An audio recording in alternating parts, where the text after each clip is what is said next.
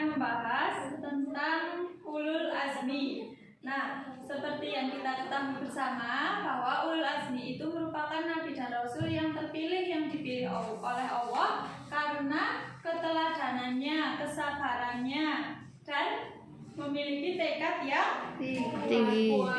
Tekad yang kuat. Nah, ulul sendiri ini memiliki arti yaitu memiliki, sedangkan azmi artinya itu adalah orang yang sabar. Iya, Kesabaran yang tinggi. Iya, betul. Benar sekali. Nah, untuk nabi dan rasul yang tergolong ke dalam ulul azmi itu ada siapa saja? Nabi Nuh, Nabi Ibrahim, Nabi Musa, Nabi Isa, Nabi Muhammad Sallallahu Alaihi Wasallam. Betul ya. Jadi nabi dan rasul yang termasuk ke dalam ulul azmi itu ada 5. Nabi Nuh, Nabi Ibrahim, Nabi Musa, Nabi Isa, dan juga Nabi Muhammad Sallallahu Alaihi Wasallam. Nah, ini untuk Nabi Nuh. Nabi Nuh ini merupakan nabi yang diperintah oleh Allah untuk menyampaikan dakwahnya. Akan tetapi masyarakat di sekitar Nabi Nuh itu tidak mau menerima dakwah Nabi Nuh. Bahkan istri dan anaknya juga tidak mau menerima dakwah dari suami dan juga ayahnya.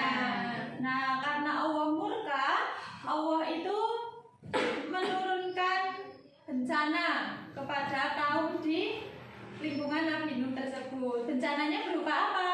Banjir yang sangat dahsyat sehingga menenggelamkan semua orang yang tidak mau ikut ke dalam dakwah Nabi Nuh.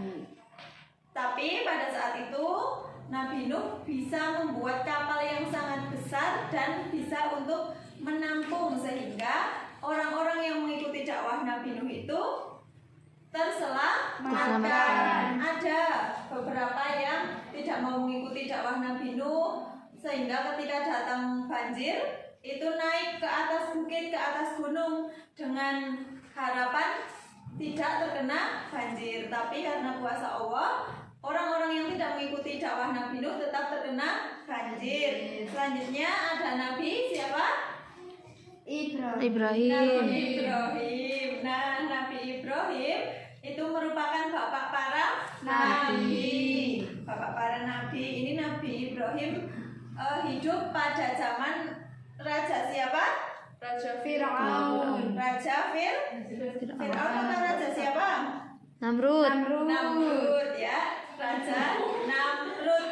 Nah, Nabi Ibrahim ini yang dulunya adalah pembuat berhala, tapi dengan hidayah dari Allah, kemudian Nabi Ibrahim ikut meluruskan, ikut mensyiarkan agama Allah, yaitu agama Islam.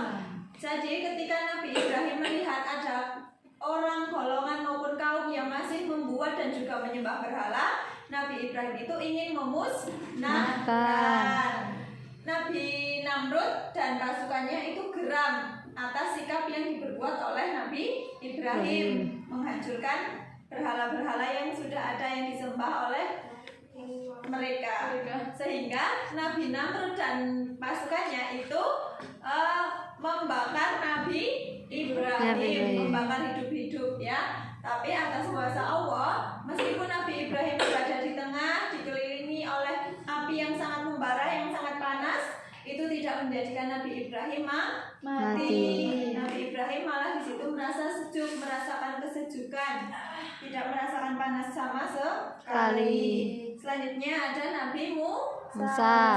Nabi Musa ini sama, hidup di zaman Raja Fir'aun. Hidup di zaman Raja Fir'aun. Nabi Musa ini menyampaikan dakwahnya, tapi tidak diterima oleh Raja Fir'aun dan juga pasukannya, sehingga di suatu ketika Nabi Musa itu dikejar-kejar oleh Raja Fir'aun dan pasukannya.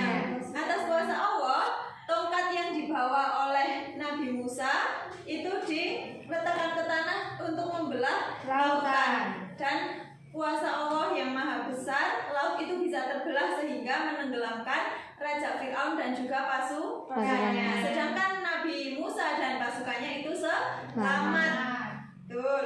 Ada selanjutnya ada Nabi Isa. Nabi Isa ini merupakan nabi yang lahir tanpa seorang ayah. Bukan karena ayahnya meninggal atau kemana, tapi memang tidak ada ayah dalam proses Nabi Isa di kandungan hingga Nabi Isa dilahirkan. Nabi Isa ini juga sudah menerima cobaan hidup sejak dalam kandungan, sehingga ketika lahir ibunda dari Nabi Isa itu mendapatkan banyak sekali caci maki, fitnah dari orang di sekitarnya. Tidak mungkin seorang wanita melahirkan tanpa seorang laki-laki. Tidak mungkin seorang anak lahir tanpa seorang ayah. Akan tetapi kuasa Allah, Nabi Isa yang masih bayi itu bisa berbicara dan menjelaskan kepada orang-orang yang telah memfitnah ibundanya, mengatakan bahwa ya memang saya Isa lahir tanpa seorang ayah. Dan yang terakhir ada Nabi siapa? Nabi Muhammad SAW. Betul, ada Nabi Muhammad SAW, yang mana kita ketahui bersama bahwa Nabi Muhammad menjadi nabi terakhir di dunia ini dan juga menjadi nabi yang kita anut, kita ikuti hingga akhir nanti, dan kita nantikan syafaat Nabi Muhammad di yaumul akhir, yaumul kiamah.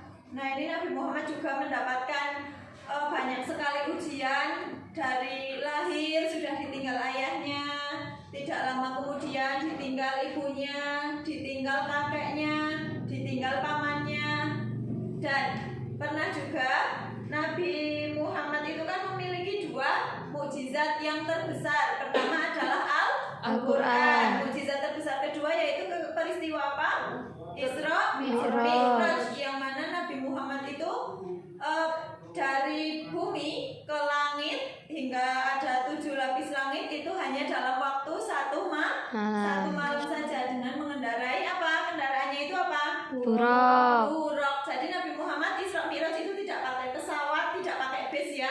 Yang dipakai, yang dikendarai adalah buraq, hewan yang telah disiapkan oleh Allah dari surga untuk mengantarkan Nabi Muhammad dalam peristiwa Isra Mi'raj, yang mana peristiwa Isra Mi'raj tersebut diberikan oleh Allah untuk Nabi Muhammad itu dalam hal apa? Dalam rangka apa? Dalam rangka untuk menjadi pelipur lara Nabi Muhammad, karena pada saat itu Nabi Muhammad ditinggal oleh 2 orang yang sangat dicintai, 2 orang yang sangat mensupport dakwahnya, yaitu ada siapa? Siti Khadijah dan satunya pamannya yang bernama Abu Thalib. Jadi Abu Thalib pamannya yang sangat mensupport dakwahnya, sudah mendidik dari kecil, merawat Nabi Muhammad hingga menjadi Rasul, itu meninggal. Selang beberapa hari kemudian disusul oleh istrinya juga dipanggil oleh Allah, meninggal juga. Padahal istrinya Siti Khadijah merupakan istri yang benar-benar sudah menemani dakwah maupun perjuangan Nabi Muhammad dalam menyebarkan ajaran agama Islam. Jadi itu tadi ada 5 nabi dan rasul yang tergabung ke dalam ulul azmi, sehingga dari banyak cobaan yang diterima oleh nabi dan rasul ulul azmi, kita semua bisa mendapat atau mengambil hikmahnya. Yang pertama yaitu kita akan sabar dan tabah dalam menghadapi segala ujian, segala masalah, cobaan hidup. Yang kedua, kita akan menjadi pribadi yang lebih